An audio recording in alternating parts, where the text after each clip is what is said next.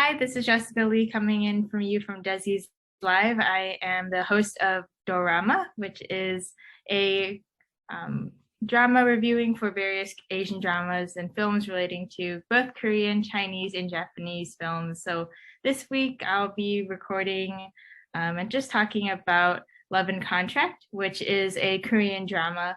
And so this drama centers around um, Choi Sang-eun, who is a unbelievably beautiful, talented, and very charming young woman, and she plays a role in having a marriage business. So she's hired by various clients and is in charge of acting as their wife or girlfriend for the time being. So her services range, from going on various business dates for different clients, as well as just being a normal everyday wife for people.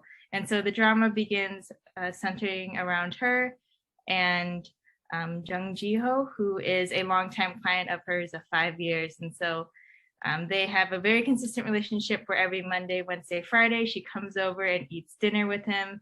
And it's usually in silence. And so it's a very awkward, but kind of personable relationships that they have. They share a few, jokes here and there, but it's pretty much they eat in silence. But he prepares great and wonderful five-star menus. And so as the drama progresses, you're introduced into this additional character. His name is Hejin, and so he is a movie star, super kind of your typical movie star, bad boy impressions, and he eventually, you learn a little bit about his background, and you learn that that he has this love of his life, his first love, and her name is Jamie. And so he also has a lot of various different scandals relating to him being in love with someone named Jamie, and it's actually his cat, which is really funny. There's countless scenes where you can just see him talking to his cat and trying to give her kisses via FaceTime or video chats, and the cat is nowhere to be seen. So it's really funny and cute. And I guess the drama really starts to pick up when, Sang-eun decides that she no longer wants to be in this business and that she wants to retire and go move to Canada and start her new life fresh and actually start dating people in a normal, everyday manner and not as a business. And so she then begins to plan working with one of her other clients that she now lives with and is her pseudo husband, but he's actually gay, which is, I guess, controversial, so to speak, but not too much really. In the typical traditional Korean society. So it's really fun to just see them begin to plan their adventure and get really excited about moving to Canada and starting their life together, but as friends instead of a pseudo marriage. And so when Sang-eun goes to tell Ji-ho that, our contract has to end, I'm going to move out of country, she begins to realize that she has some feelings for him. And so it's then the drama really begins to escalate as she realizes that maybe she does like him, and that maybe it's more than just a business contract. And she begins to start freaking out as she realizes that she's no longer quite as professional as she usually expects herself to be. And then also you begin to realize that there's more to her backstory and that she was unfortunately an orphan who became kind of a business project for one of the largest management groups in Korea, and that she was basically raised to be a bride, hence why she has all of these great, amazing abilities of being, a great chef, a wonderful athlete, and someone who's just beautiful and all around the perfect wife.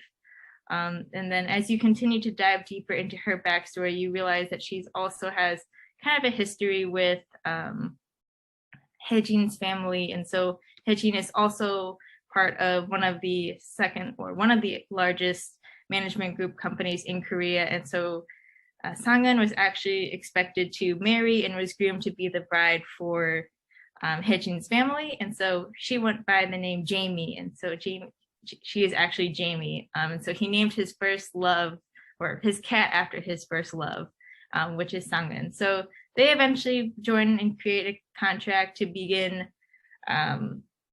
having a pseudo marriage, to begin kind of his escape from his family and having his own life as being a movie star, separate from being a part of a conglomerate family. And so you begin to kind of see as he realizes that who she is and she realizes who he is, and kind of how his feelings continue to grow for her. And then eventually the ultimate love triangle will begin playing out as you begin to kind of understand the different backgrounds and the different, relationships that they begin to forge with each other. And so they also all, or Jiho and Haejin all live in the same building. So Monday, Wednesday, Friday, she sees Jiho, and then Tuesday, Thursday, Saturday, she sees Haejin. So you can just kind of see them accidentally bumping into each other and kind of making jokes with one another and feeling that awkwardness of kind of sharing a pseudo life, but also being in love with the same woman. And so it's really cute